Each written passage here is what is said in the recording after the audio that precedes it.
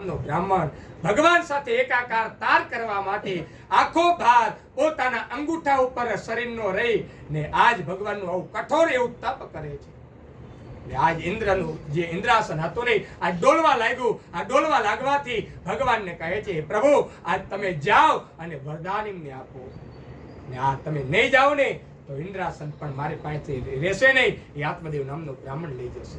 આટલી શક્તિ બ્રાહ્મણમાં હોય છે। એવું નથી કે બ્રાહ્મણમાં ખાલી હોય, પણ તમને પણ કહું છું કે તમારા કોઈ પણ ઈષ્ટ દેવતા હોય, તમે શિવને માનતા હોય તો શિવને, શક્તિને માનતા હોય તો શક્તિને, કોઈ પણ સંપ્રદાયને માનતા હોય તો માનજો સાહેબ, પણ એક વસ્તુ તમારા કર્મની અંદર જે લખેલું હશે એ તમારે ભોગવવું પડશે ને ભોગવવું જ પડશે। એ તમારું ફળ રહ્યું ને એક સમયની અંદર સ્થિત થશે, એ જમા થશે, પણ કર્મ કર્યું એ ભોગવા વિના છૂટકો નથી।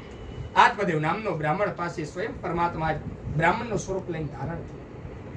પંચજન્ય નામનો શંખ આ બ્રાહ્મણના કપાળના ગાલની અંદર અડાડવામાં આવે, જેમ વીજળીનો ચમકારો થાય, આત્મદેવ નામનો બ્રાહ્મણની સમાધિ તૂટી છે। સામે જોવામાં આવે તો સંતને જોવામાં આવ્યા છે। જ્યારે સંતને જોવામાં આવ્યા ને પ્રભુને બે હાથ જોડીને કહે છે, હે પ્રભુ મને વરદાન આપો। વરદાન કહ્યું કે મારા ઘરની અંદર એક શેર માટીની ખોટ છે, હે પ્રભુ મારા ઘરની અંદર એક સંતાનની પ્રાપ્તિ થાય ને આવું વરદાન આપો।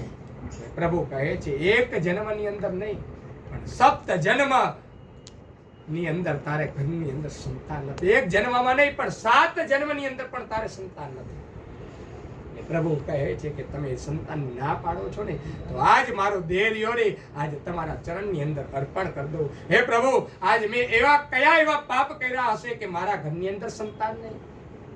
ત્યારે કહે છે કે હું તને સંતાન નહીં આપું, પણ એક વસ્તુ તને આપું, આ વસ્તુ તારા પત્નીને જમાડજે પ્રભુ ઈચ્છાથી। એમ નથી કહેતા સંત ભગવાન, એમ નથી કહેતા કે મારી ઈચ્છાથી તારા ઘરે સંતાન થશે। શું કહે છે કે પ્રભુ ઈચ્છાથી, હે પ્રભુ આજે આ ફળ આપું છું ને એ ફળ તારા પત્નીને જમાડજે, પ્રભુ ઈચ્છાથી તારા ઘરની અંદર સંતાન થશે। આત્મદેવ નામનો બ્રાહ્મણ આ ફળ લઈ પોતાના ઘર તરફ આવે છે। ઘર તરફ આવે ને પોતાની પત્ની એવી ધુંધળી બાઈ છે, જેને નાવાની ખબર ન પડે, ખાવાની ખબર ન પડે, જેનું માથું રહ્યું ને હુગડીના માળા જેવું ભર્યું હોય, આ દરેક લક્ષણ આજ ધુંધળી બાઈને છે। ધુંધળી બાઈ પાસે પોતાના પતિ એવા આત્મદેવ આવે છે। આત્મદેવ આવે ને એટલે કહે છે, હે મારા પ્રિય પત્ની આ તપ કરીને ફળ લાવ્યો છે, આ ફળ તમે ખાજો, તમારા ઘરની અંદર સંતતિ થશે। આજ ધુંધળી બાઈ રહીને એક હાથમાંથી બીજા હાથમાં, બીજા હાથમાંથી બીજા હાથમાં ફળને રમે છે। રમતા રમતા વિચારને તર્ક વિચાર કેવો કરે છે, આ ફળ ખાવાથી મારા શરીરની અંદર ગર્ભધારણ થશે, આ ફળ ખાવાથી સંતાન થશે, આ ફળ ન ખવાય।